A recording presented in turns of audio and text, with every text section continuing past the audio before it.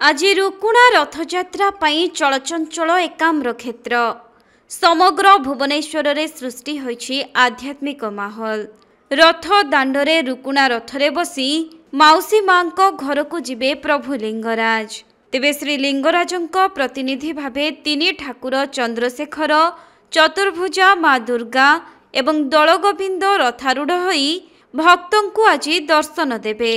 एथिपाई गतकाली मध्यरात्र रे महाखला ठारे रथ प्रतिष्ठा करा जायथिला। केदारगौरी निकट तथा मुक्तेश्वर मंदिर परिसर रे थिबा मरीची कुंडरू पानी आसीबा परे क्षेत्रवासी ब्राह्मण निजोगर सेवायत रथ प्रतिष्ठा पूजा करिथिले। सेही भଳି नेत पूजा कराजिबा सह रथ चूड़ारे नेत लगा जायथिला। तेबे एही रथर विशेषत्व हेउछि एहा अणलेउटा। सेपटे रुकुणा रथयात्रा पाई सुरक्षा व्यवस्था को कड़ाकड़ी करा जायथिबा देखिबाकु मिलिछि।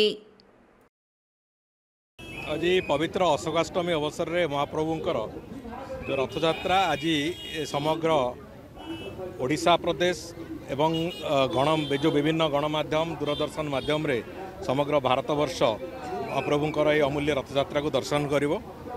मु आसीथिली आज देखापी ठीक ठाक सब चली एपर्यंत नीतिकांति सब ठीक ठाक चली। महाप्रभुंकर दर्शन भी आम मैंने कलु। मो सांगे आमर स्थानीय विधायक श्री बाबू सिंह अच्छा, जिलापाल अन्य माने समस्ते उपस्थित अच्छा।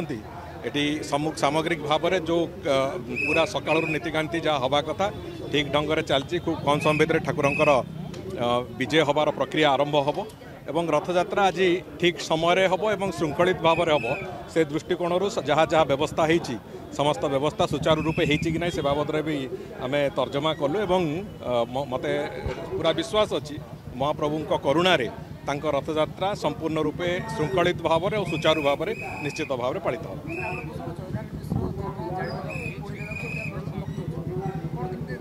से बाबद रे दल तार निष्पत्ति नब, दल तार आलोचना करिवो से बाबद रे। तेणुक मु भावुची मु कहवाटा कौन कथा समीचीन हम ना से बाबद रे पछरे आज पर्व आज जो महोत्सव रे से कथा मुझे आलोचना न करियाटा भल। लिंगराज क्षेत्र जहाँ गुटी अन्य अर्थरे उक्त काशी बोली कहा जाए आर विभिन्न नाम